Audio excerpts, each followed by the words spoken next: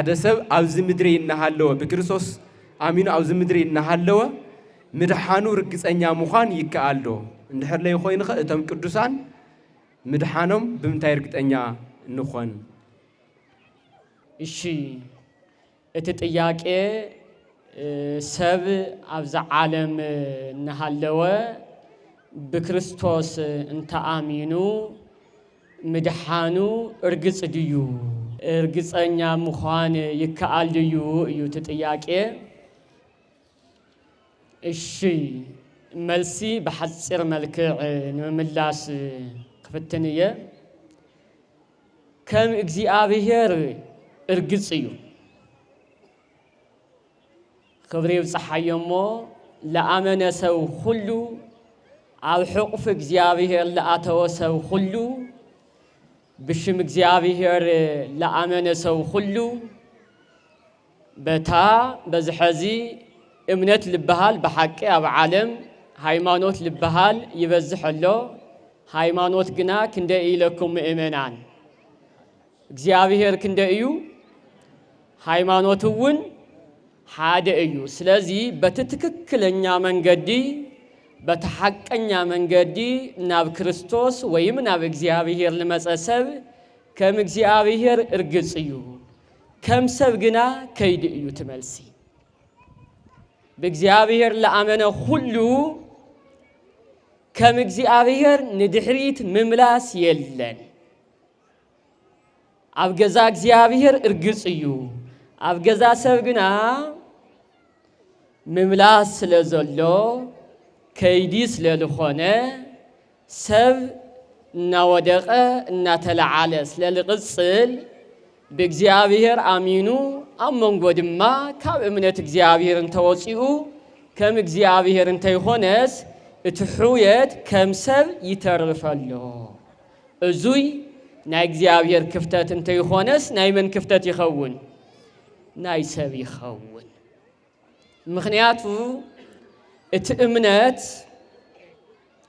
ولا خبد يخون ناي بعلو لخونس أورا روقها اللوه بحصيرون مجلاس أو ونجل ماتيوس معرف عصر تحادة قصري عسان شمونتن جميرنا كنر انتلنا قويتانا أملاخنا مدحانينا إيسوس كريستوس نحبرة سب عالم خلو زغروت أويعيت نايمنس أويعيت الله بتشعوز نبرون نقص على ونزل على ولده ولد እግዚአብሔር ولد مريم كريستوس انتايلو صويعو نو حبيه كلكم سروحان وكودان صور وانا اعرفكم لدخمكم صاورا لخبدكم كل خاتكم نباينعو انا خعرفكم ايه أنا انتاي خبلكم إيه خعرفكم إيه بل نسوء أرؤتي وتمهارو مني أرؤتي مالت حقي وسدو كباي تمهارو أنا تحوت لبيون يوهي أرؤتي سناي صريون انتاي قليل يويبل ناول እግዚአብሔር ክርስቶስ ክትመጽ እንተለኻ ጻውራ ዓለም ጻውራ ሰይጣን ኸቢድካ እዩ እግዚአብሔር ክብሪ ይጽሐዮሞ እንካፍቲ ጻውራ ዓለምን ጻውራ ሰይጣንን የናግፈካ እዩ ነገር ግና ናይ ባዕሉ ጻውራውን ቀሊል ልኾነ نسب لي خبد متشو لخونة أرعتون يصريو أرعت مالت حقين تزازن እግዚአብሔር مالتيو سلازي حدا أماني بእግዚአብሔር لأمانة سب بتل أمانو قال كدان مسارات حقين تزازن እግዚአብሔር أمالت أرعت እግዚአብሔር صيرو اسكا مودعتا هيوتو لخيد انتخوينو حياونتو دحننتو زترغاغص ايو بلبو يامنيه انابله نز ارعت زي ليصرن تخوين جن በገዛ ባዕሉ ካብ ሕያውነት ወፂኡሎ ልብል የርእየና። እሺ ቃል ሕይወት የስምዐና መምህርና ቃል ሕይወት የስምዐና ያው ግልጽ ይወዶ ግልጽ ድዩ ጽቡቕ ጊዜና ለመቆጣብ ላፍቲ ቀጻል ዘሎ ሕቶይና ክንሰግር ምንታን ከይነምሽየኩም ኣብ ቀጻሊ ንመምህርና መምህር ልብሎ ቃል ዝተዳለወ ሕቶ እዩ ፍቓድ እግዚአብሔር እንታይ እዩ ፍቓድ እግዚአብሔር እንታይ እዩ ናይ ብዙሓት ሰባት ሕቶ እዩ ኣብዚ ዘለና ዳርጋ ብሙሉእና እናሓቶ ሕቶ እዩና ፍቓድ እግዚአብሔር እንታይ እዩ ኣብ ህይወት ደቂ ሰባት ኸ ብሃመይ ይሰርሕ ብሃመይና ኸ ንፈልጦ ወይም ንርድኦ ፍቓድ እግዚአብሔር ኣብ ህይወት ደቂ ሰባት ብኸመይ ይሰርሕ ብሃመይና ኸ ንፈልጦ ወይ ንርድኦ ልብል ሕቶ እዩ። ትሕቶ ያው ናይ ኩሉ ሰብ ሕቶ እዩ። ኣብ መንፈሳዊ ህይወት ኣብ ኩሉ ናይ ቤተ ክርስቲያን ውላድ ዝለዓል ሕቶ እዩ። ሕቶ ከምቲ ሓውና ዝነገረና ፍቓድ እግዚአብሔር እንታይ እዩ ኣብ ህይወትና ከመይ ይሰርሕ ፈቃዱ ከመይ ኢልና ክንፈልጦ ልብል ዓብይ ሕቶ እዩ። ኣነ እውን ቅዱሳት መጻሕፍቲ ገይረ መሰረት ገይረ ንምምላስ ክጅምር እየ ማለት እዩ። ነገር ግን መንፈሳውያን ሕቶታት ቅዱሳት መጻሕፍቲ ከም ዝነግሩና ብሰለስተ ነገር እዮም ዝምለሱ መጻሕፍቲ ብምንባብ ወለዲ ብምጥያቅ ካብዚ ሕልፍ ብደለ ድማ ስዋኤ ብምእታው እቲ ናይ መወዳእታ ጎይታ እስኻ ትፈልጥ ኢልኻ ነገሩ ንዑ ብምሕዳግ በዚኦም መልክዕ እዮም ንርድኦም መንፈሳውያን ሕቶታት። በዚ መሰረት እቲ ዝተዋሃበኒ ሕቶ ፈቃድ እግዚአብሔር እንታይ እዩ ልብል ቅዱሳት መጻሕፍቲ ፈቃድ እግዚአብሔር እንታይ እዮም ልብልዎ እግዚአብሔር ፈቃዱ እንታይ እዩ ብኸመይ ይግለጽ ልብል ክንርኢና ካብ ምንታይ ኢና ንለዓል ፈቃድ እግዚአብሔር እዚ እዩ ክንብል ካብ ምንታይ ኢና ክንለዓል ቅዱሳት መጻሕፍቲ መሰረት ገይርና እግዚአብሔር ልሰርሖም ስራሕቲ መሰረት ገይርና እግዚአብሔር ኣብ መጀመርያ ፍጥረት ኣዳም ፈጢሩ ኣዳም ክነብረሉ ዝሃቦ ኸይዲ ድድሕር ስሕተት እውን ነቢያት ናልዕለ ዝልእኾ ዝነበረ መልእኽቲ ቀፂሉ እውን ናይ ዘመነ ፍዳ ዘመነ ኩነንየ ምስ ሓለፈ ድሕሪ 5500 ዓመተ ምህረት ዓመተ ዓለም ካብ ሰለስተ ኣካላት ሓደ ኣካል ካብ ሰማየ ሰማያት ወሪዱ ካብ ኣዴና ቅድስተ ቅዱሳን ድንግል ማርያም ወላዲተ ኣምላክ ተወሊዱ ብዝነገረና ድሕር ርደት መንፈስ ቅዱስ ብዘመነ ሃዋርያት ድማ ኣቦታትና ሃዋርያት ብዘረአዩና ብዝነገሩና መሰረት ገይርና ኢና ፈቃዱ እንታይ ምዃኑ ክንፈልጦ ክንርድኦ ንኽእል ማለት እዩ። በዚ መሰረት ፈቃድ እግዚአብሔር ከመይ ከም ንርዳእ ብምንታይ ምኽንያት ምዃኑ እቲ ናይ እግዚአብሔር ትዘይምርመር ባህሪዩ ፈቃዱ እንታይ ምዃኑ ክንርድአሉ ዝኽኣልና ምኽንያት ብርሃነ ዓለም ቅዱስ ጳውሎስ ኣብ ኤፌሶን መልእኽቱ ኣብ ምዕራፍ 1 ኣብ ቁጥሪ 9 ከምዚ ይብል ወአርአየነ ምክረ ፈቃዱ በከመ ስምረቱ ጎይታና እግዚአብሔር ናይ ፈቃዱ ምኽሪ ወይ ምኽሪ ፈቃዱ ከም ፈቃዱስ ከም ፈቃዱ ገሊጹልና ፈቃዱ ከም ፈቃዱ ናይ እግዚአብሔር ፈቃድ እንታይ ምዃኑ ሲ ብፈቃዱ ለአና ገሊጹልና ስለ ዝኾነ ኢና እቲ ባህሪው ትዘይምርመር ባህሪው መሰረት ገይርና እንነጋገር። ስለዚ እግዚአብሔር እንታይ እዩ ባህሪው ክንብል ተለና ሰብ ሁሉ ካብ ዘለዎ ናይ ኃጢአት ዓለም ብንስሐ በሃይማኖት ናፍታ ዘይተሓልፍ መንግስቱ ዘለዓለማዊ ህይወት ክወርስ እዩ ፈቃዱ እግዚአብሔር። እዚ ምዃኑ መን ነጊሩና መጀመርያ ኣብ ጥንተ ፍጥረት ኣዳም ፈጢሩ ኣብ ገነት ተቐምጠተሎ ብህይወት ዝነብረሉ መምርሒ ናብ ሞት ዝወስድ መንገዲ ከይኸይድ ብህይወት ዝነብረሉ መምርሒት ብምሃብ ካብኡ ቀፂሉ ኣብ ዘመነ ስጋዊ ካብ ሰለስተ ኣካላት ሓደ ኣካል እግዚአብሔር ወልድ ኣብ ዓለም መፅኡ ብስጋ ተገሊጹ ኣብ ዝነበረሉ ግዜ ድማ ከምዚ ኢሉ ወዝንቱ ውእቱ ኣብ ዮሐንስ ወንጌል ኣብ ምዕራፍ 6 ኣብ ቁጥሪ 39-40 ንረኽቦ ወዝንቱ ውእቱ ፈቃዱ ለአውየ ዘፈነወኒ ናይቲ ዘለኣኸኒ ኣቦይ ፈቃዱ እዚ እዩ ናይ እግዚአብሔር ኣብ ፈቃድ እዚ እዩ እንታይ እዩ ከመ ኩሉ ዘርእዮ ለወልድ ወአምነ ቦቱ ከመ ኩሉ ዘርእዮ ለወልድ ንወልድ ዝረአየ ብኡ ዝኣመነ ኩሉ ናይ ዘለዓለም ህይወት ክረክብ እዩ ፈቃድ እግዚአብሔር እዚ ናይ ዘለዓለም ህይወት ክረክብ። ብርሃነ ዓለም ቅዱስ ጳውሎስ እውን እዚ ቃል ዝደጊሙ ትገልጸልና ተሎ ኣብ ቀዳማይ ተሰሎንቄ ኣብ ምዕራፍ 4 ኣብ ቁጥሪ 3 ከምዚ ይብል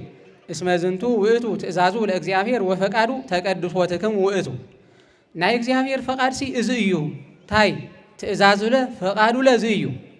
ታዩ እስኻቶም ቅዱሳን ንጹሃን ክትሆን ፈቃድ እግዚአብሔር ሰው ሁሉ ቅዱስ ንጹህ ኮይኑ ብደሙ ተሓጺው ዘለዓለማዊት መንግስቱ ክወርስ እዩ ናይ እግዚአብሔር ፈቃድ እዚ እዩ ካፍቶም መጽሐፍቲ ዝረአናዮም እዚኦም ዝነግሩና ኣብ ዮሐንስ ወንጌል ኣብ ምዕራፍ 20 ኣብ ቁጽሪ 21 ንረኽቦውን ከምኡ ኢሉ እቱ መጽሐፍቲ ዝተጻሓፉሉ ምኽንያት ክነግር ተሎ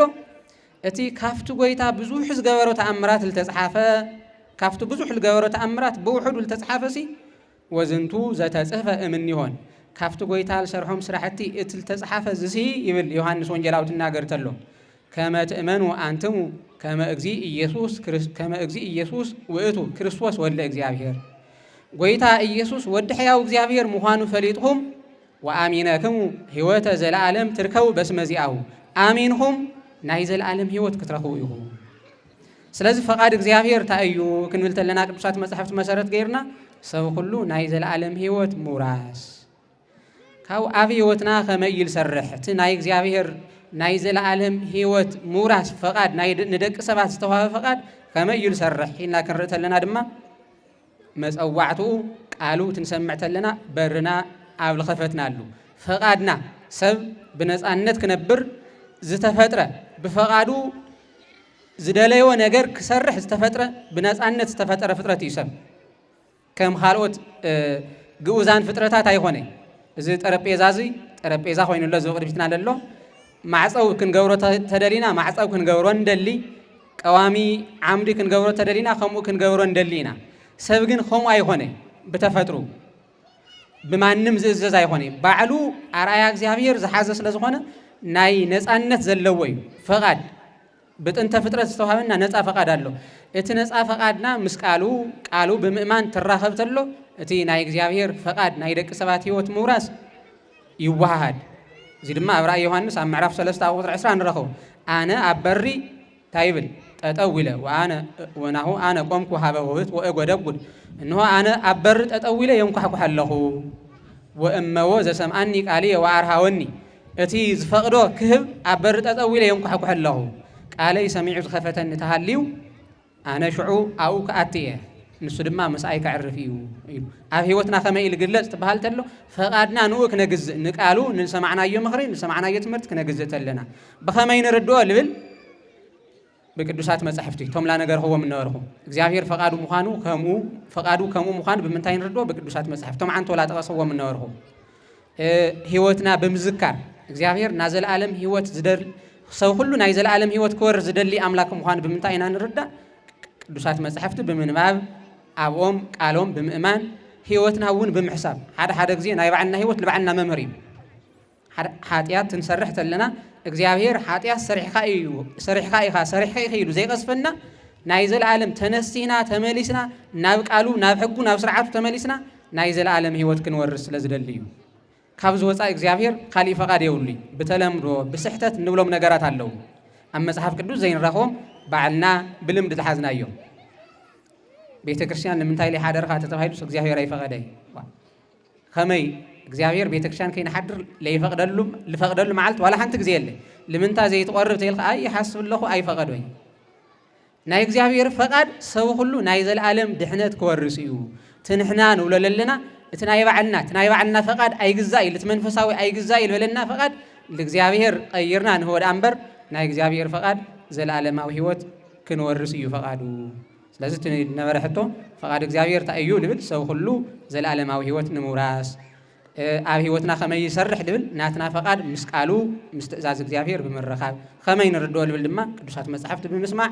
ብምንባብ ብምፍጻም ያኒ እሺ ንመምህር ልብለ ቃል ህይወት የስማዕና ግልጽ ኮይኑ ዲት መልሲ ግልጽ ዲ ይኾነ ግልጽ እንድሕር ለይኾነልኩም ኮይኑ ወረቐት ጽሒፍኩም ኣብ ኩለን ሕቶታት ማለት እዩ ወረቐት ጽሒፍኩም ተሓድጉና ካሊእ ግዜ ለለ ብትስኹም ለይተረድአልኩም መንገዲ ንገልጸልኩም ማለት እዩ እሺ ቀፂልና ላፍቲ ካልኣይ ሕቶ ሊቀ ሊቃውንት ኣስካለ በረከት ዝተዳለወ ሕቶ ሰብ ልጸድቕ ልድሕን ብእምነት ድዩ ብምግባር ሰብ ልጸድቕ ويلدحن بأمنة دي بمقبار قدوس باولوس أو غلاطيا معرف 3 قصر 8 تمساسالي رومي 9:30 بأمنة كم زخونه ينقرنا قدوس يعقوب دما أملختو معرف 2 بزي مقبار أمنة بينو موت 5 زخونه ينقرنا مو بخمين التعارقو بأمنة ديو ويس بمقبار يلصدق لبل عبي طياقه كباهم ولا مسا كلهم لتسمع معهم ولا طياقه مسيله سمعهم مودة طياقه بأمنة ديو ويس بمقبار ملسي بخلتيو بأمنة لا بمقبار لا يلصدق إمنات بلاي مقبار مقبار بلاي إمنات خلت يوم ننبعلهم تفلاليهم واقع يبلمون خمت حوي لتقصوه نمنتاي دعا حواريا قدوس باولوس نإمنات حيزو حواريا قدوس يعقوب دما نمقبار حزو قليصو لبل نقر نخلتي أموين أبلل للناقزة كنر يومينا بحقي إذا نقر زوي قليل يكونن لتعدلوا سبات إن تتقاملوا ليتعدلوا سبات دما عنقفات كوينوهم نطفات نتتقاملوا يركوا أبا عالمنا كاب قدم جميرو اسكاب حزي خمت لبلكم لله كم استمهرو أرثوذكساوي تواهدو بيت كريستيان كم الترغواغما أبوتاتنا الصحاحفة الترغواغما قدوسان حوارياتن ليقاونتن جن امنات بلاي مقبار بلاي امناتي سلازوي حواريا قدوس باولوس بحقي بركته يبصحنا مو ليقو قدوس يوحنس أفورك نحواريا قدوس باولوس خجلصان تلو بزوه نجارو لزنتو حواريا يبلو تعمل لجرم الجلال صايو نايز حواريا زي نجارو بزوحيو ترفاتو بزوحيو استمرو بزوحيو ترقاميو بزوحيو الجلالسو بزوحيو سلازوي لتصحف له عودي مرآي قبويو خنت تعارق دوسات مصحفتي ننبعلهم لتصاو لمسلو ناي قدوسان نبيات حواريات ليقاونت قالات كنت تعارق انتلنا لتصحف له عودي مرآي بطعم ايو قبو سلازوي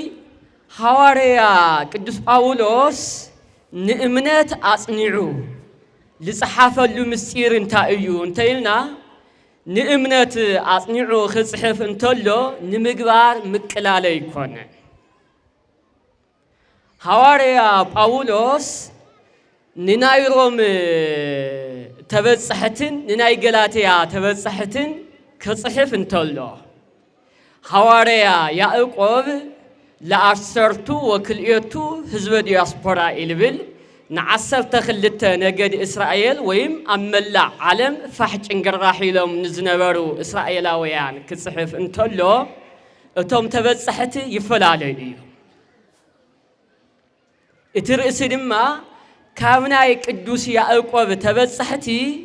ناي قدوس باولوس تبصحتي بطعمي مصقمت نيرو حواريا باولوس نايهودون ناحزابون يلصحف تبصحتي كما رأست خنريون تلنا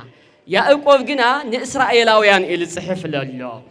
سلازوي بحلفي اتنايروم ملأختي خنريو انتلنا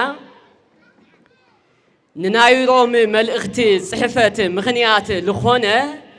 ناي أيهودين ناي أحزاب عمنتن ናይ ክልቲኦም ነንባዕሎም ምጽላእ እዩ ግልጽ እንተኾይኑ ኣገላልጻይ ክልቲኦም እታ በትሹዕ ዘመን ናይ ዓለም መዲና ናይ ዓለም ርእሰ ከተማ ዝነበረት ሮም ብዙሓት ስደተኛታት ዓለም ብሕልፊ ድማ እስራኤላውያን ኣብ ርእሰ ከተማ ሮምን ኣብ ግዛኣት ሮምን ይነብሩ ስለ ዝነበሩ እስራኤላውያን ኮይኖም ለኣመኑ ብወልደ እግዚአብሔር በኢየሱስ ክርስቶስ ለኣመኑ ተወለድቲ ሮምን ካልኦት እውን ኣብ ሮም ዝነብሩ ለኣመኑ ሰባት ስለ ዝነበሩ ክልቲኦም ግን ተጻሊኦም ናብ ሮም ዝተለኣኸ መልእኽቲ መተዓረቂ መልእኽቲ ክልቲኦም ኣመንቲ እግዚአብሔርስ ነንባዕሎም ሓዲኡ ንሓዲኡ ብምንኣኣስ ሓዲኡ ንሓዲኡ ብምንዓዓቕ ክጻልኡ እንተለዉ መተዓረቂ መልእኽቲ እዩ ጽሒፉ እቲ ጸገም ድማ ብኣብዝሓ ካብ ኣይሁድ እዩ ልብገስ ካብ ኣመንቲ ኣይሁድ ብሕልፊ ነቶም ሓድሽ ኣብ ኣረማዊነት ነቢሮም ኣብ ኣምልኮ ጣዖት ነቢሮም ናብ እግዚአብሔር ተመለሱ ሰባት ኣይሁድ ንስኹም ቅድሚ ናብ እምነት እግዚአብሔር መምጻእኹም እኮ እቲ ጸጋ እግዚአብሔር እቲ ክብሪ እግዚአብሔር ምሳና እዩ ነይሩ ስለዚ ብወንጌል ክትኣምኑ እንተለኹም ማለት ብኢየሱስ ክርስቶስ ክትኣምኑ እንተለኹም ሕድሕድ ናይ ኦሪት ስራሕ ክትፍጽሙ ይግባኣኩም ብሕልፊ ከይተገዘርኹም እተኣምንዎ እምነት ረብሓ የብሉን ንስኹም ዓመፅቲ ኢኹም መምለኽቲ ጣዖት ኢኹም መምለኽቲ ፍጡራን ኢኹም እናበሉ የነዓዓቕዎም ነይሮም እቶም ኣህዛብ ድማ ብኸምኡ ባዕሎም ብላምጽእዎ ነገር ንስኹም ካብ ቀደም ጀሚሩ ጸጋ እግዚአብሔር ልበዝሐልኹም እንተነበርኹም እውን ነገር ግና ነቲ ካብ ግብፂ ለውፅአኩም ኣምላኽ ኣብ በረኻ ንሙሴን ንኣሮንን ኣሮን ግበር ለና ኣማልእኽተ እለ ይሃውሩ ቅድሜነ ወእለ ይጸብኡ ጸረነ እስመ ዝኩሰ ሙሴ ዘኣውፅኣነ ኢና ኣምር ከመ ምንተ ኮነ ሙሴ ናብ ደብረ ሲና ክኸድ እንተሎ ንኣሮን ቅድሜና ልኸዱ ጸላትና ለሸልፉልና ኣማልእኽቲ ከም ናይ ግብፂ ኣማልእኽቲ ስርሐልና እናበልኩም يهاوخهم يديهم النابلو حاتيات إسرائيل إن العقلو بحلف دما حلف حليف دما نتي خدحناكم لمسا أملاك يسوع كريستوس سقيلهم يقتلهم يديهم النابلو حاتيات إسرائيل حادي أول نحادي أودي دخمات حادي أول نحادي أودي خمات إن العلا تسابي أم سلزنبرو نزيم التعراق يصحفو سلزوي انتاي بلا بحق نتي أبلع لفترة عالم لتفصم نايكزي أبيهر دهنات بنايسب زرزر سرحتي حد سرحتي انت خونس كام محرات اكزي أبيهر لتلع على ايو كام سقا اكزي أبيهر لتلع على ايو بر نايسب سرحت راح كدهن نايسب سرحس سو خدهن جدن بنايسو سراح ناكزيابير صقا خمتنا يخئلين سلازي اتوانا اتلقدم امنات ايو ابراهام ون اب قدم اكزيابير لخبرس امنه ابراهام وكونو صدق ابراهام امنه صدق خوينو تقصرلو يلو اتناي ابراهام تاريخ او اوريز زفطرت كم معراف 12 تجميرو للو እግዚአብሔር ከጽውዖን ተሎ አብርሃም እሺ ይሉ በመቀባሉ እዚ መቀባሉ እዚ ከም ጽድቅ ኮይኑ ከም ተቆጸረሉ ብዝግባ ንአይሁድውን ካብ ኹፉ ትምክሕቲ ክወጹ ዝመኸረሉ ከይዲ ስለለኾነ እንካብስሩውን ቅድሚ ምምጻእ ክርስቶስ ይኹን ድሕሪ ምምጻእ ክርስቶስ ስራሕ ወሳኒ እዩ ስራሕ ብጣዕሚ ጠቃሚ እዩ ኩላትና ሰባት ግን በሐቂ ንሕና ብንሰርሖ ስራሕ ننا እግዚአብሔር ጸጋ ننا እግዚአብሔር ውህብቶ እኹል ከምለ ይኾነ ልጽሓፈሉ መንገድ ድንበር ቅዱስ ጳውሎስ በሐቂ ሰባት እንተ አሚናስ ስራሕ ከምለ ይድሊ ልገለጸሉ አንቀጽ የለ خمس عينات الترጓጉማ አተአማመና አተሐሳስባ أما مصحفت قدس ጳውሎስ ይኹን አው ካልኦት መጻሕፍት የለውን ተዓውዳዊ ትርጉም ግና እምነት ወሳኒ ምዃኑ ክትአምን እንተለኻ አባል እግዚአብሔር አካል እግዚአብሔር ስለትኾን ካብ እምነት ጀሚሩ እምበር እግዚአብሔር ኩላትና ናይ ስነ ምግባር ስራሕቲ እስካብ ንሰርሕ ከም ለይጽበየና እቲ ስራሕ ቀስ እናበልና እንሰርሖ እምበር እንተኣሚናስ እቲ ጸጋ ካብ እምነት ጀሚሩ ከም ልወሃብ ንምግላጽ ልተጠቀመሉ እዩ። ሐዋርያ ቅዱስ ጳውሎስ በሐቂ ስነ ምግባር ከምሊ ድግፍ ስነ ምግባር ከምለ ንዓዕቕ ክንርኢ እንተለና ባዕሉ ኣብ ሮሜ መልእኽቲ ምዕራፍ 2:13 ክንርኢ እንተለና እንታይ ይብል መሲልኩም? ቦኑ በአጽምኦ መጻሕፍት ይጸድቁ አኮኑ በገቢሮቱ በሐቂ ሰባት መጻሕፍቲ ብምስማዕ ጥራሕ ዲና እንጸድቅ ወይስ ቃል መጻሕፍቲ ብምትግባር እዩ? ስለዚ ቃል መጻሕፍቲ ምድማጽ ጽቡቕ እዩ። ቃል መጻሕፍቲ ምድማጽ ጥራሕ ግና እኹል ኣይኮነን። ቃል መጻሕፍቲ ብምትግባር ኢና እንጸድቅ። ኣብ ሮሜ መልእኽቲ ምዕራፍ 2 ምዕራፍ 1 ካብ ቁጽሪ 26 ክንርኢ እንተለና ኃጢአት ዓለም ኩሉ ብምዝርዛር ካብ ኃጢአት ዓለም ክንወፅእ ከም ዘለና ካብ ኃጢአት ዓለም እንተዘይወፂና ግና 2 ቁጽሪ 1 ጀሚርና ክንርኢ እንተለና በምንትኑ ትተዋስኦ እጓለ እመሕያው ለመኮንነ ጽድቅ አንታ ወዲ ሰብ ኣብዚ ዓለም እናሃለኻ ናይ ስራሕ ናይ ጽድቂ ስራሕ ተዘይሰሪሕኻ ነቲ ሓቀኛ ፈራዲ ንኢየሱስ ክርስቶስ እንታይ ኢኻ ትምልሰሉ? መልሲ ምንቲ ከይትስእን ኣብዚ ዓለም እናሃለኻ እንታይ ናይ ጽድቂ ስራሕ ናይ ስነ ምግባር ስራሕ ኢኻ እምነት ጥራሕ እኹለ ይኾነን ይብል። ኣብ ገላትያ መልእኽቲ እውን ናይ ቅዱስ ጳውሎስ አስተምህሮ በሐቂ ዮሐንስ አፈወርቅ ከም ልበሎ ናይ ሐዋርያ ቅዱስ ጳውሎስ ስራሕቲ ብዙሕ እዩ። ናይ ሐዋርያ ዚ ትሩፋቱ ብዙሕ እዩ። ገላትያ 5:19 ጀሚርና ክንርኢ እንተለና ናይ ስጋ ስራሕትን ናይ መንፈስ ስራሕትን ልዘርዘረና ለቀመጠልና ልምሃረና እዚ ሐዋርያ ዚ ኣይኮነ ድዩ? ዝሙት ክፉእ ከም ዝኾነ ስቆት ክፉእ ከም ዝኾነ ስራይ ክፉእ ከም ዝኾነ ትዕቢት ክፉእ ከም ዝኾነ ፍቅሪ ሰላም ሓጎስ ጽቡቕ ከም ዝኾነ ካብቲ ናይ ስጋ ስራሕቲ ወፂና ናይ መንፈስ ማለት ናይ ነፍሲ ናይ መንፈስ ቅዱስ ስራሕቲ ክንሰርሕ ልምሃረና ሐዋርያ ጳውሎስ የኾነ ድዩ? ስለዚ ሐዋርያ ጳውሎስ ምስ አስተምህሮ ቅዱስ ያዕቆብ ተጻቢኡ ተቃሪኑ ከይኮነስ እቲ ዓውዳዊ መልክዑ ዝጽሓፈሉ ርእሲ ስለልፈላለ እምበር ሐዋርያ ቅዱስ ጳውሎስ ናይ ኩሉ አስተምህሮ ቤተ ክርስቲያን ዋና ወሳኒ አካል አቦና ለይንሓፍረሉ ሊቅ በሐዋርያ ቅዱስ ጳውሎስ አስተምህሮ ላምን ፍቅና ላብ ስሕተት ልኸይድ አካል እንተልዩ ወይልኡ ናይ ኩሉ ነገር ናይ ስነ ሃይማኖትን ናይ ስነ ምግባርን መምህር ንሱ ስለልኾነ ስለዚ ሓደ ቃል ጥራሕ ወሲድኻ ይትርጎም ከይህሉ እቲ ናይ ካልኦት አተረጓጉም አመሃህራ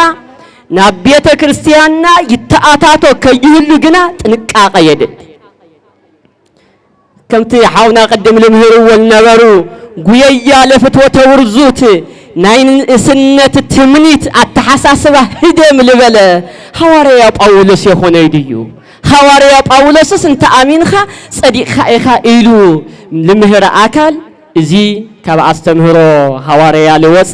እግዚአብሔር ለይቅበሎ ሐዋርያ ለይመሃሮን ለይጽሓፎን ስለልኾነ በዚህ መልክዕ ክንርድኦ ይግባአና ልብል መስለኒ በሐፂሩ ቃለ ሕይወት የስማዕልና ምስ ጊዜና አንጻር ሕፅር ላበኹ ላፍቲ ትንክሰግርየ ቀጻሊ ሕቶ ንመምህር ልብሎ ቃል ሓደ ሰብ ፍጹም ድሕነት ክረክብ ናይ ቅዱሳን ብጽሒት አገዳሲ ድዩ? እንድሕር ኮይኑ አገዳስነቱ እንታይ እዩ? ሓደ ሰብ ፍጹም ድሕነት ክረክብ ናይ ቅዱሳን ብጽሒት አገዳሲ ድዩ? እንድሕር ኮይኑ አገዳስነቱ እንታይ እዩ? እሺ ቀጣል አፍቲ ሕቶ ኢና ናቲ ፍጹም ድሕነት ክረክብ ሓደ ሰብ ናይ ቅዱሳን ብጽሒት አገዳሲ ድዩ? አገዳሲ ተኮይኑ እንታይ እዩ ተገዳስነቱ ልብል ይትሕቶ ቅድሚ ላፍቲ ናይ ቅዱሳን ብጽሒት ምባልና ፍጹም ድሕነት ዝበሃል እንታይ እዩ ልብል ነገር ንሽቶን ኢና ና ቅዱሳን ፍጹም ድሕነት ዝበሃል ቅዱሳት መጻሕፍት ከም ዝነግሩና ሰብ ቅዱስ ቃሉ ሰሚዑ ብክርስቶስ አሚኑ ብማይን ብመንፈስ ቅዱስን ካብ ዝተወለደሉ ዕለት ጀሚሩ አባል ሕብረት ናይ መንፈስ ቅዱስ ወዲ እግዚአብሔር ይኸውን። ፍጹም ዝኸውን ግን ክሳብ ዕለተ ሞት ብዘርእዮም ዝንባሌታት ፍጹም ይኸውን ወዲ እግዚአብሔር ይኸውን። ወዲ እግዚአብሔርነቱ አቀጺሉ ክሳብ ዕለተ ሞቱ እንታጽኒዑ ፍጹም ይኸውን። አቋሪጹ እንተወጽዩ ድማ ወዲ እግዚአብሔርነቱ ይስረስ። ስለዚ እቲ ናይ መጀመርያ እቲ ፍጹም ድሕነት ዝበሃል ድሕሪ ሞት እንርከቦ ዘለዓለም መጀመርያ እምበር መወዳእታ ዘይብሉ ዓለም ምርካብ እዩ ፍጹም ድሕነት ዝበሃል። ፍጹም ድሕነት ዝበሃል ድሕሪ ሞት እንርከቦ ዓለም እሱ ምውራስ እዩ ፍጹም ድሕነት ዝበሃል። ቅድሚኡ ግን ወዲ እግዚአብሔር ኮይንና ናይቲ ዝመጽእ ዓለም ዕርውን ኢና ንቕበል። ብርሃነ ዓለም ቅዱስ ጳውሎስ ሕዚ እውን እዚ ትነግረና ተሎ ኣብ ኤፌሶን 1:12 ከምዚ ይብል አሚንኩም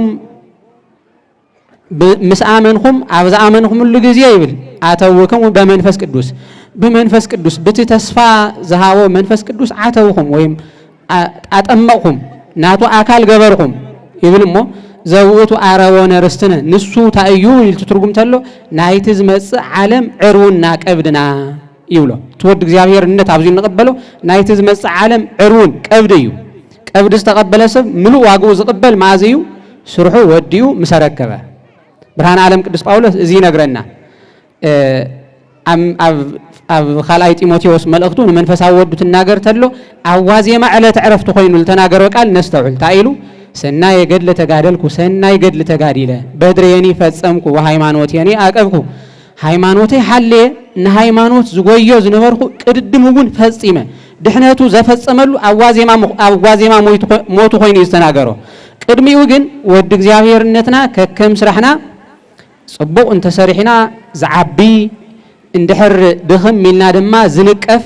ካብኡ ብጣዕሚ እንተወሪድና እውን ዝስረ ዘለና። ስለዚ ፍጹም ድሕነት ዝበሃል ድሕር ሞት ለለ ህይወት ጠቕሊልካ ምውራስ እዩ። ኣብዚ ብጽሒት ናይ ቅዱሳን ግደለዎም ዶ እዩ ትሕቶ እወለዎም። ንምንታይ እቲ ድሕነት ናይ እግዚአብሔር እዩ።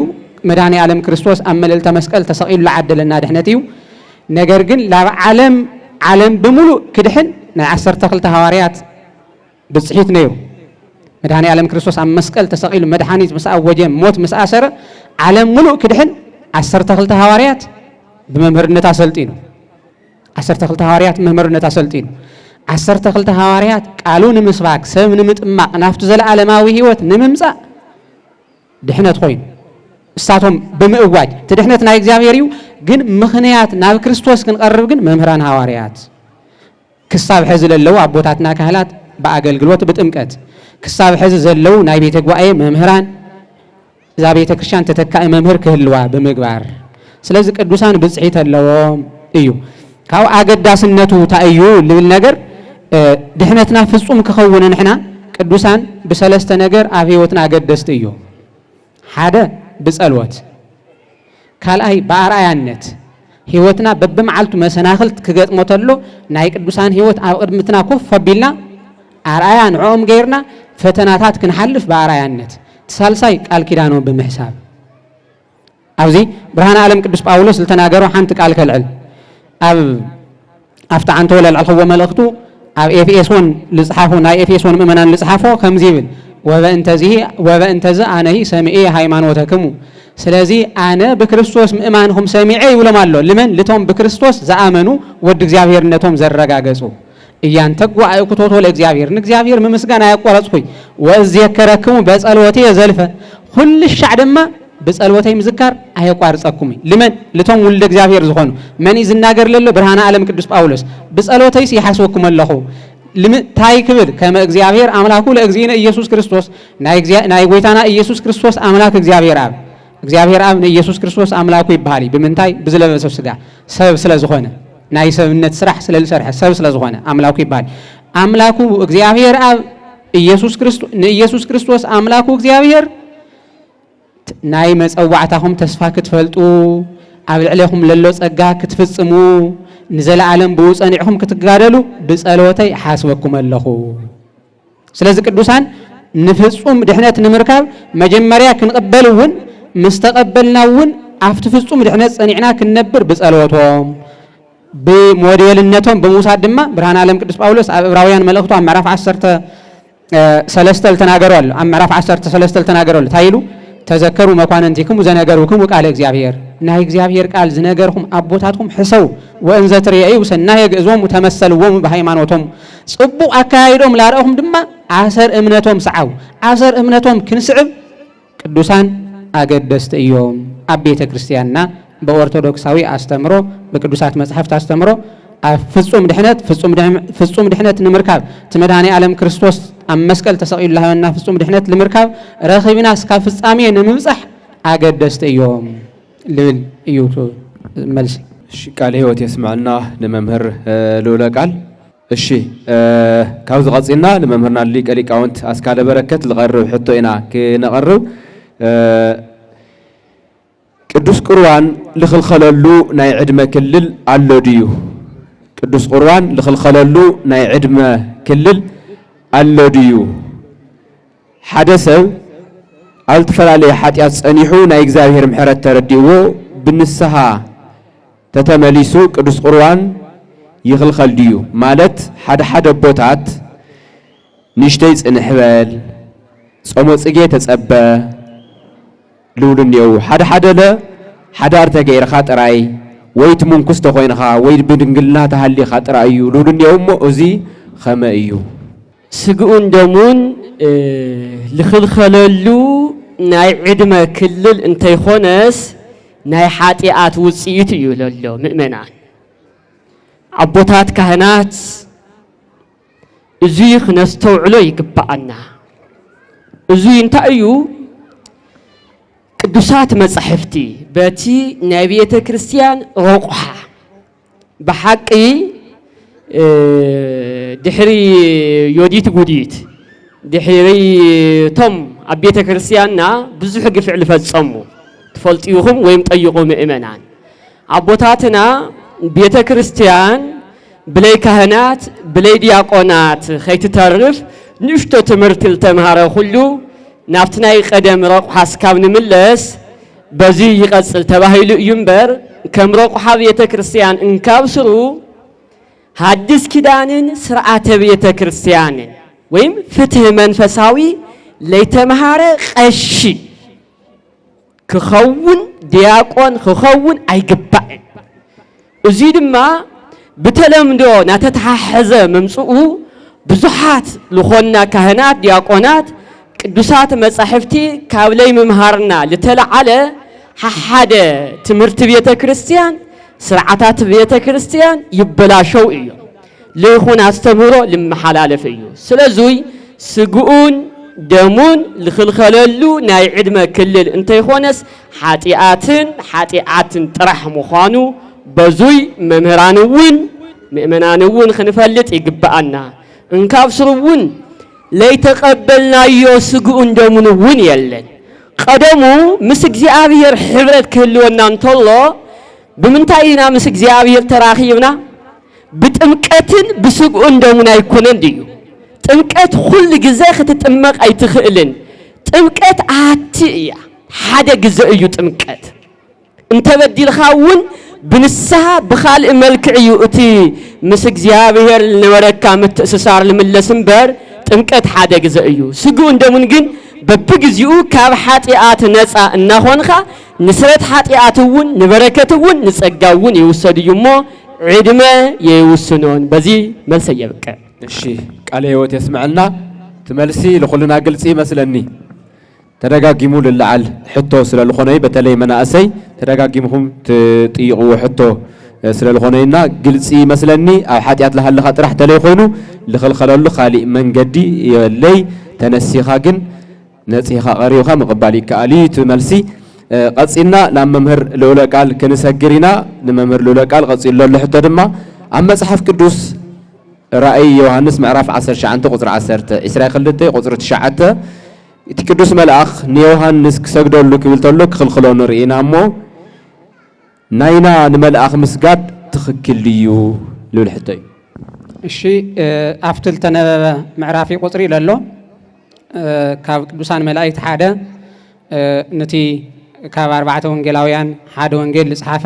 ካብ 12 ሐዋርያት ሓደ ዝኾነ ክሳብ ሕዚ እውን ብህይወት ዘሎ ዓብይ ሐዋርያ ንቅዱስ ዮሐንስ ዝተነገረ ቃል እዩ። ቅዱስ ዮሐንስ ኣብ ቤተ ክርስቲያንና ካፍቶም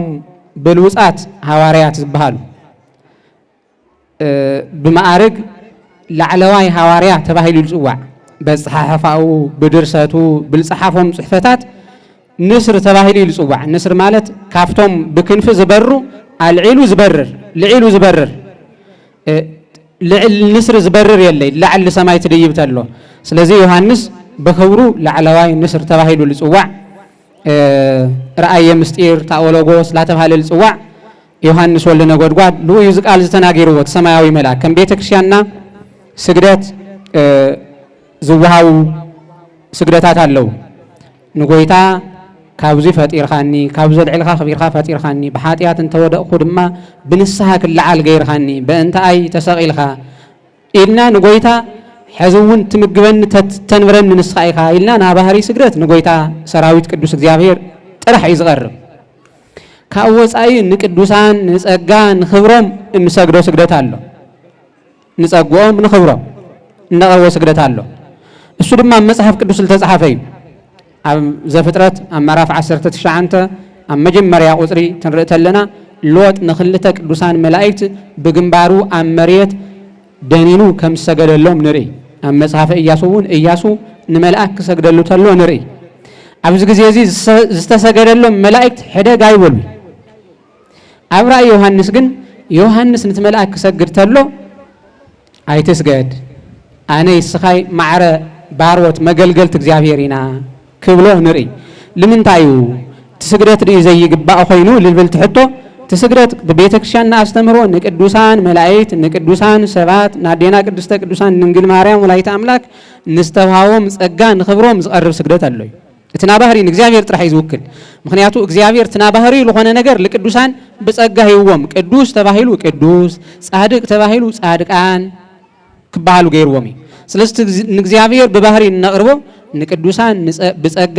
ንኽብሮም ንቅድስንኦም ዝቐርብ እዩ። ንምንታይ ዳ ይኸልኺልዎ ትንብል ተለና ግን እቲ መልአክ ንሕና ንቅዱሳን ይኹን ንቅዱሳን ሰባት ይኹን ንቅዱሳን መላእክት ክንሰግድ ተለና ክብሮም ኢና ንምስክር። እግዚአብሔር ኣብኦም ዝሕደሮ ጸጋ መለኮታዊ ጸጋ ኢና ንምስክር። እቲ መልአክ ዝኸልኸለሉ ምኽንያት ናይ ዮሐንስ ጸጋ ከረድአና ስለ ዝደለየ ጥራሕ እዩ። ኣብ ቤተ ክርስቲያንና ሊቅ ቅዱስ ያሬድ ከምዚ ይብሎ ንቅዱስ ዮሐንስ ልዕልኑ እንታይ ምዃኑ ትገልጽ ተሎ ይወድሱከ መላእክት ኣይትስገደለይ ጥራሕ ይሆን ይልብልዎ መላእክት ለዮሐንስ የመስግንኻ እውን ይብል እስመ ሀበርከ ንጽሐ ምስሊሆም ምስኦም ብንጽህና ሕብረት ፈጢርካ ማዕረ ኮይንካ ኢኻ ብምባል ካው ኣብ ቅዱስ ያሬድ ደጊሙ ንዮሐንስ አፉ ንዮሐንስ ወልደ ነጎድጓድ ተመስግነ ተሎ ከምዚ ኢሉ ኮከብ ዘኤፌሶን ናይ ኤፌሶን ኮከብ አምደ ብርሃን ዘፍጥሞ ናይ ፍጥሞ ናይ ብርሃን ዓምዲ መልአክ ዘበምድር ኣብ ምድሪ ትነብር ሰማያዊ መልአክ ይልዎ ሰማያዊ መልአክ። ስለዚ ብኽብሩ ብንጽህኑ ብቅድስኑ ምስ ቅዱሳን መላእክት ማዓረ ዝበጽሐ ስለ ዝኾነ ዳ እምበር ንቅዱሳን መላእክት ስግደት ከም ዘይግባእ እቲ ናይ ጸጋ ናይ ክብሪ ስግደት እነቕርቦ ከም ዘይግባእ ዝሕብር ጥቅሳ ይኾነይ ናይ ዮሐንስ ልዕልና ንምግላጽ ጥራሕ እዩ። ዮሐንስ ልዕልኑ ኣብ ቤተ ክርስቲያን ባህረ ጥበባት ናይ ጥበባት ባሕሪ ኣብ ልሳናት ናይ ልሳናት ሁሉ ኣቦ ናይ ተናገርቲ ኣቦ ቅዱስ ዮሐንስ ናይ ተናገርቲ ኣቦ ባህረ ጥበባት ኣብ ልሳናት ንስር ሰራሪ ልኡለ ስብከት ልዕል ኢሉ ልሰብኽ ካብ ድሕሪት ጀሚሩ ልጽሕፍ ኣብ ወንጀሉ ወንጀል ዮሐንስ ትጽሕፍ ተሎ መጀመሪኡ ቃል ነይሩ ኢሉ ገና ናይ መጀመርያ ሃላዋቱ ከም ዮሐንስ ልጽሓፈና የለ። ስለዚ ልዕልኑ ቅድስኑ ክምስክር ደልዩ ዳ እምበር እቲ ዮሐንስ ዝገበሮ ነገር ስሕተት እዩ ኣርሞ ክብል ደልያ ይሆነ እቲ መልአክ ልተናገሩ። ነገር ግን ንሕና ንቅዱሳን ጸግኦም ዘለዎም ጸጋ ክንምስክር ጸግኦም ኣብ ትሕቲ ኣማላጅነቶም ከም ንምሕፀን ሁሉ እቲ ቅዱስ መልአክ እውን ናይ ዮሐንስ ክብሪ ንክገልጽ ተናገሮ እዩ። ዮሐንስ 5 መጽሕፍቲ ኣለዎ።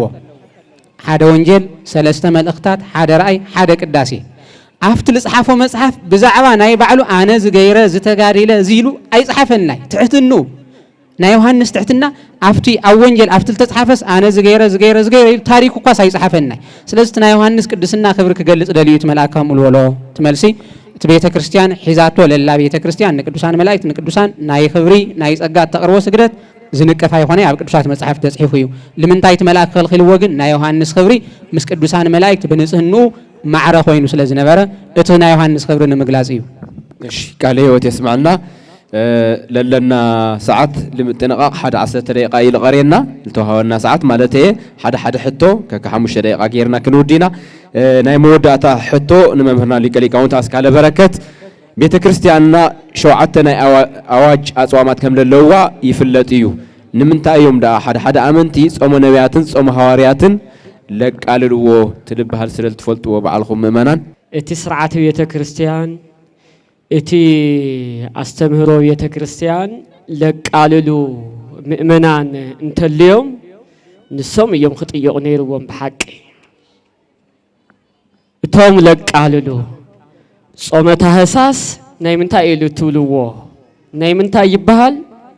ናይ ምንታይ ንሶም እዮም አህሱስ ብሓቂ ይቅርታ ግበሩለይ እወ ስለዙይ ኣብ ቤተ ክርስቲያን ስርዓት ቤተ ክርስቲያን ሓሊኻ ምኻድ ሓደ ናይ ክርስቲያን ረቑሓ እዩ ኣብ አስተምህሮ ቤተ ክርስቲያን ኣብ ስርዓት ቤተ ክርስቲያን ርእይቶ ክህብ ልኽእል እቲ ልተምሃረ እቲ ልፈልጥ ቤተ ክርስቲያን ናይ መምሃር ናይ መምራሕ ስልጣን ዝሃበቶ ብረቑሓ ቤተ ክርስቲያን ናብ ልዕልና ህዝቢ እግዚአብሔር ናብ መምራሕ ሓደራ ተቀቢሉ ልመጸንበር ማንም አካል እቲ ስርዓት ቤተ ክርስቲያን ለይፈልጦ ብምልአት ለይፈልጦ እቲ አስተምህሮ ቤተ ክርስቲያን ብምልአት ለይፈልጦ አማኒ ነቲ መምህር ጠይቁ በቲ ተዋሃወ መልሲ ክምራሕ ይግብኦ እምበር ካብ መምህራን ለይረኸቦ ካብ መጻሕፍቲ ለይረኸቦ አጉል ለሆነ ርእይቶ በሐቂ ቤተ ክርስቲያን ለይገልጽ ንምእመናን ዝጎድእ ልሽርሽር ርእይቶ መሃብ ኣብ ልዕሊ አመንቲ ጥራሕ እንተይኾነስ ኣብ ልዕሊ መንዚ ድፍረት እዩ ኣብ ልዕሊ እግዚአብሔር እታ ቤተ ክርስቲያን ናይ እግዚአብሔር እዩ ነታ ቤተ ክርስቲያን ምድፋር ንእግዚአብሔር ምድፋር እዩ ምእመናን ክንፈልጦ ልግባአና ሐዋርያ ጳውሎስ ቀደም አማኒ አይነበረን መሳደዲ ቤተ ክርስቲያን ነይሩ ኣብ ግብረ ሐዋርያት ምዕራፍ 9 ከም ንረኽቦ ቁጽሪ 1 ጀሚርና ክንርኢ እንተለና ታይልዎ ወልደ እግዚአብሔር ኢየሱስ ክርስቶስ ሳውል ይልበሃል ናይ መጀመርታ ስሙ ሳውል ይብእሰከ ረጊጽ ውስተ ቀኖት በልህ አንታ ሳውል አበልህ ሾተል ምርጋጽ ንዓኻ ከጎድአካ እዩ በሎ ንስኻ መኒኻ ክብሎም ተሎ አነ ውእቱ ኢየሱስ ናዝራዊ ዘአንተ ተሰደኒ ንስኻ ተሳደኒ ለለኻ አነ ናይ ናዝሬቱ ኢየሱስ እየበሎ ድሕሪ ምራጉ እዩ ሐዋርያ ጳውሎስ ንአመንቲ ቤተ ክርስቲያን ንቅዱሳን ሐዋርያት እምበር ንኢየሱስ ክርስቶስ ለሳደሉ ግዜ አይነበረን ሐዋርያ ጳውሎስ ንአመንቲ ቤተ ክርስቲያን ለሳደዶ ስደት ለጋፍዖ ግፍዒ ግን ክርስቶስ ናይ ባዕሉ ግፍዒ ገይሩ ቆጺሩ ንስኻ ተሳደኒ ለለኻ በለ ስለዚ ንቤተ ክርስቲያን ንአመንቲ ቤተ ክርስቲያን ላብ ለይኾነ ምብራሕ ኣብ ልዕሊ ቤተ ክርስቲያን ለይኾን ርእይቶ መሃብ ነቐፍየታ ምቕራብ ኣብ ልዕሊ ክርስቶስ ስለልኾነ ስለዚ ብለይ ፍላጥ እንተኾይኑ ክንስተኻኽሎ ይግባአና ጾመ ታህሳስ ይኹን ጾመ ሐዋርያት ይኹን ሁሉም አጽዋማት ኣብ ፍትህ መንፈሳዊ ወይም ኣብ ፍትሐ ነገሥት አንቀጽ 15 ረአዩ አብይ ጾም ጾመ ገሃድ ጾመ ነነዌ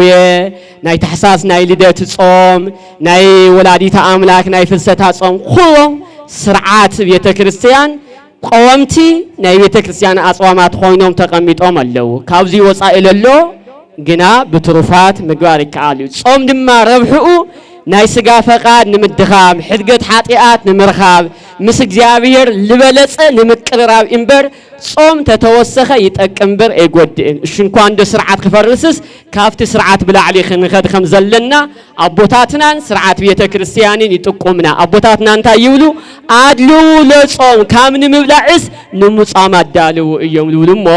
ካብ ስርዓት ቤተ ክርስቲያን ወጻኢ ምኻድ ግቡ አይኮነን እሺ ቃለ ሕይወት ይስማዕና قصينا لافتي ناي موداتا ناي ممر لولا قال حتو ينا كنسجر او ما يصلوتات للرأي تنويت المسل من نجار وي بتلمدو من الفلاف النولو كم منفس قدوس ديوس كاوركوس منفس تفكرني انه تخ ندينا اي كلهم زيركا كلهم زيرات كلو قالات بهمينا نريو እሺ ሕቶ ሰፊሕ ግዜ ለሓትቲው ነገር ግን ታለላትና ግዜ ጸልማት ምስትህፃውንት መሓዝኹም ወጉን ህፅራ ቢለክ ግልጽ ክፍትንየ አማ የጸሎት ትንቢት ልመስር ራእይ ልመስል ይግለጽ ይሞታ እዩ ልብል በትክክል ልዩና መንፈስ ቅዱስ ወይስና መንፈስ ርኩስ ይል ትሕቶ ስለዚ አብዚ ታዩ አብዚ ማየ ጸሎትና አብ ዙሪያ ቅዱስ አውደ ምህረትና አብ ዙሪያ ተኽብር ስጉኡ ክቡር ደሙ ዝፈሰሉ ዝቅድሐሉ ቦታ ምዃኑ ኩላትና ንፈልጥና አብ ዙሪያ ዝ ራእይ ክግለጽ ይኽእል ትንቢት ክግለጽ ይኽእል ዶ ልብል ሕቶ እወ ይኽእል ስለምንታይ አብ ብሉይ ኪዳን አብ መጽሐፈ ሳሙኤል ቀዳማይ ሳሙኤል ምዕራፍ 3 ተሪና ወክቡር ውእቱ ወክቡር በእማንቱ ቃለ እግዚአብሔር አፍት ናይ እግዚአብሔር ቃል ክባር ኮይኑ ትንቢት ክባር ኮይኑ አብ ዝነበረሉ ጊዜ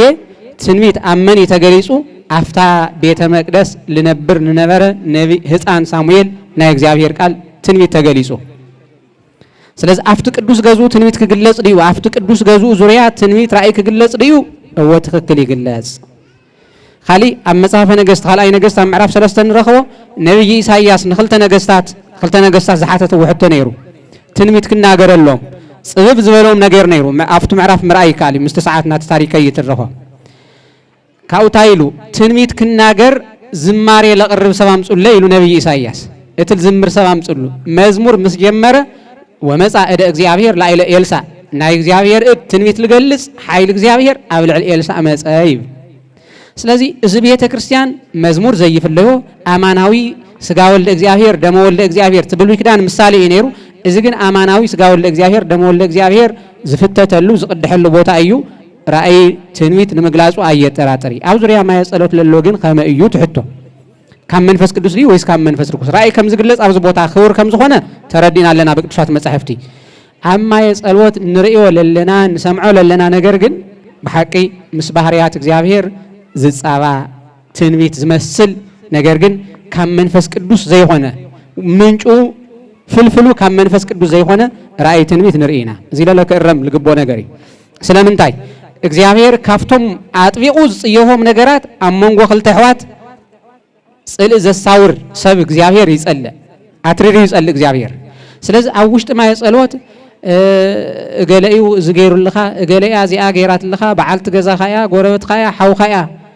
ልብል ካፍቲ ማየ ጸሎት ንሰምዕ እዚ ናይ መንፈስ ቅዱስ ባህሪያት ይኾነ እግዚአብሔር መንፈስ ቅዱስ ከባቲ አበሳ አንበር ዋላ እኳ ተገይሩ ተዝኸውን ከባቲ አበሳ እግዚአብሔር ባህሪ መድኃኔ ዓለም ክርስቶስ ኣብ መዋዕለ ስጋዊው ዘርአየና ሕሙማነ ስጋ ሕሙማነ ነፍስ የድሕን ይፈውስ ነይሩ ግን ወደይ ድሒን ካለኻ ጓለይ ድሒን ከለኸ ኢሉ ዳት ሰዶም ነበረ እምበር እዚ ደዌ ኻሲ ኣብ ጎረቤትካ ለሎ ብመብልዕ ብዚ ይገይሩልኻ ኢሉ ተናገረ ጎይታ ነይሩ ዲ ኒኹም በሓደ ጎይታ ተአምራት ትፍውስ ተሎ ነታ ደም ልፈሳ ነቶም ኣብ አልጋ ተጣቢቆም ዝነበሩ ተድሕኖም ተለሲ ሕማም ኻሲ ካብ ጎረቤትካ እዩ ብእገለኢኻ ተፈዊስኻ እገለኢ መድኃኒት ገይሩልኻ ኢሉ ኣይተናገረ ስለዚ ጎይታ ዘየርአየና ስርዓት ኣብ ማየ ጸሎትና ክፍጸም የውሊ ናይ መንፈስ ቅዱስ ኣይሆነ ኣብ መሓዙ ኣው ጥዑይ ሰብ ጥዑይ መምህር ምምደብ ናብ ቤተክርስቲያን ስራሕ እዩ እተው ዝግለጽ ዝንገር ለሎ ግን ባህሪያት መንፈስ ቅዱስ ዝናገሩ ኣይሆኑ ታይዳ ና ሰይጣን ካፍቲ ሰብ ክወጽእ ተሎ ዝገብሮ ፈሕጠርጠሪ ኣብ ሉቃስ ወንጌል ኣብ ምዕራፍ 1 ኣብ ቁጥር 28 ንረኽቦ ታሪክ ኣሎ ሓደ ኣብ ኢያሪሆ ቦታ ሰይጣን ዝሓደሮ ሰብ ረኺቡ ኢየሱስ ክርስቶስ ናፍቲ ንትጋኔን ዝሓደሮ ሰብ ትጋኔኑ ከውጽእ ተሎ ካብ ወዲ ናዝሬት ኢየሱስ ታይኔን ንምስኣኻ ንኣምረከ ከመ አንተ ቅዱስ ለእግዚአብሔር እስኻ ናይ እግዚአብሔር ቅዱስ ከም ምዃንኻ እዚ ቃላት እኮ ትናገሩ ተለኻ ጥዑም እዩ ኢየሱስ ክርስቶስ ቅዱስ እዩ በባህሪው ነገር ግን ካብ ምን ይልወፅ ዘሎ ካብ ሰይጣን ይልወፅ ዘሎ እስኻ ወዲ ቅዱስ እግዚአብሔር ዘመኑ ከይበጽሕ ክተጥፈአና መጽኢኻ ኢሉ ክልፍልፍ ጀሚሩ ኢየሱስ ክርስቶስ ታይልዎ ተአርምም ተፈጸም ወፃ ስቆል ካው ውፃ አፍኻ ስቆል ኢሉ ገሲጽዎ ስለዚህ ኣብዚ ማየ ጸሎት ንርእዮ እቲ መንፈስ ርኩስ ካብቲ ሰብ ክኸይድ ተሎ ዘቕርቦ ድምጽ አንበር ትክክለኛ ናይ መንፈስ ቅዱስ አይኾን እቲ ድምጽ ሰሚዕኹም ምእመናን ንምፍልላይ ሓዳር ንሓዳር ጎረበት ምስ ጎረበት ንምቅያም ከይትበጽሑ ሓደራ ስለዚህ በዚ ተሐሳብ ገይርኹም ምእመናንና አው ሰይጣን ከወጽእ ዝገበሮ ድምጽ ሰሚዕኹም ሓዳርኹም ከይተፍርሱ ምስ ጎረበትኩም ከይትባአሱ መልእክተይ ይغنيል ቃለ ሕይወት يسمعنا ለክቡራን መምህራንና ቃለ ሕይወት يسمعنا እሺ ኣብ ሰዓትና ልክ ኣብ ሰዓትና ኢና ወዲና ለለና لترفنا حتى مرسي تهلي الخالي جزيه حزنا كنقربنا نالا توزيل الله almost ودينا هنا لقرينا نجار يلي بساعتنا ودينا لنا ممرنا قال يوت يسمعنا بدقامي ساعتنا آخر سنة الخنا نشتي نسخة نجار نيرنا خالي جزيه مسينا كوران ممنان نسخكم قال إجزاير كهلي ولو ممهرنا مو لممهرنا بدقامي قال هيوت يسمعنا سلتل نبرنا جزيه سلت حتى مرسي يكون سلتي بسوكة سمعنا قال إجزاير لولا بهري إجزاير أملاخنا سمول تخبر يلتمسجنا يكون لممهرنا بدقامي إجزاير يخبرنا قال هيوت يسمعنا سل كل نجار إجزاير أملاخنا أنا مسكنه كوران ممنان إجزاير أملاخنا بجوتها بعللتا أنا مسكنه درسي ولا نايديو نعاكم لا بزغرزي تعجزهم تقال إجزاير كسع مودة تالسمعهم إجزاير أملاخنا قال هيوت يسمعنا قال هيوت يسمعهم لترفنا زماري مرها جوريو لا أوكن سجرينا مالتيو